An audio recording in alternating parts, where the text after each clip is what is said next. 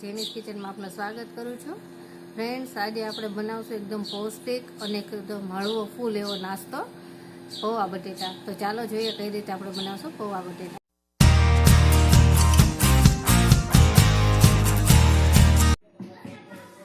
પૌવા બટેટા બનાવવા માટે મેં 250 ગ્રામ પૌવા લીધા છે અને આને મેં 3 પાણીથી ધોઈ લીધા છે। આપણે પૌવા બટેટા બનાવી લઈશું। 3 ચમચી તેલ ગરમ મૂકેલું છે। રાઈ નાખી દઈશું। રાઈ નાખવી ઓપ્શનલ છે, પણ અમારા ઘરમાં રાઈ વાળા પૌવા બટેટા બધાને ભાવે છે।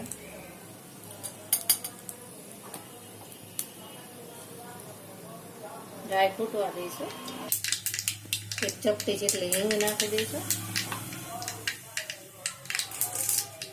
મીઠો લીમડો નાખી દઈશું। 4 થી 5 લસણની કળી આ ઝીણી સુધારેલી છે એ નાખી દઈશું।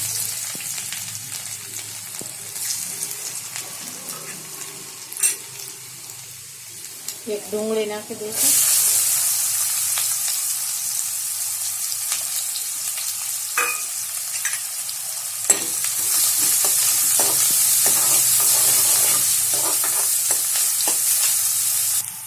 એક બટેટાની આ રીતે પાતળી સ્લાઈસ કરી લીધી છે એ નાખી દઈશું।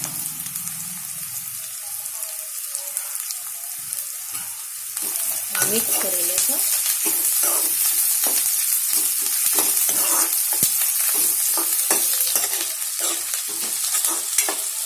બટેટા સોફ્ટ થઈ જાય થોડા ત્યાં સુધી આને આપણે થવા દઈશું।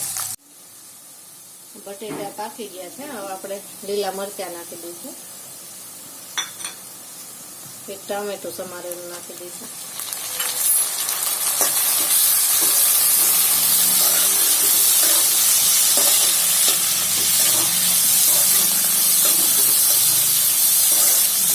ટામેટા અને મરચાં થોડા કડક રહે એ રીતના જ રાખવાના છે। હવે મસાલા નાખી દઈશું।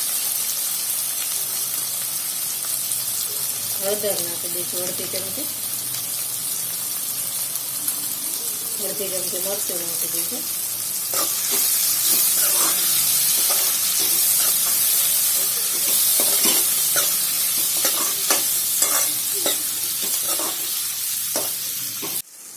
સ્વાદ પ્રમાણે મીઠું નાખી દઈશું।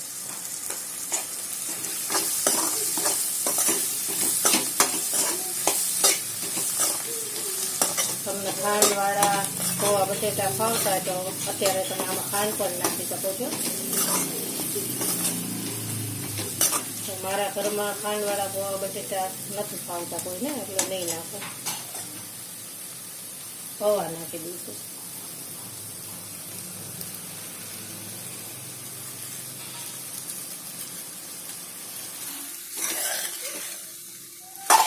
મિક્સ કરી લઈશું બધું। ગેસનો તાપ ધીમો જ રાખો।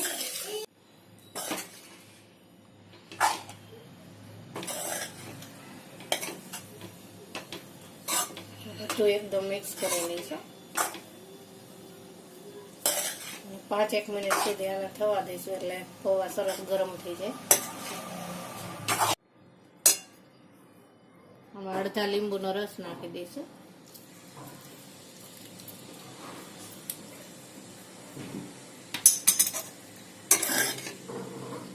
મિક્સ કરી લઈશું।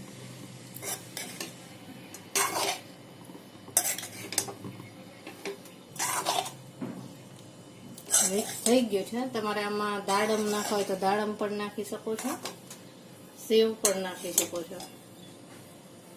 આ પૌવા બટેટા તૈયાર થઈ ગયા છે। ગેસ બંધ કરી દઈશું અને સર્વ કરી લઈશું।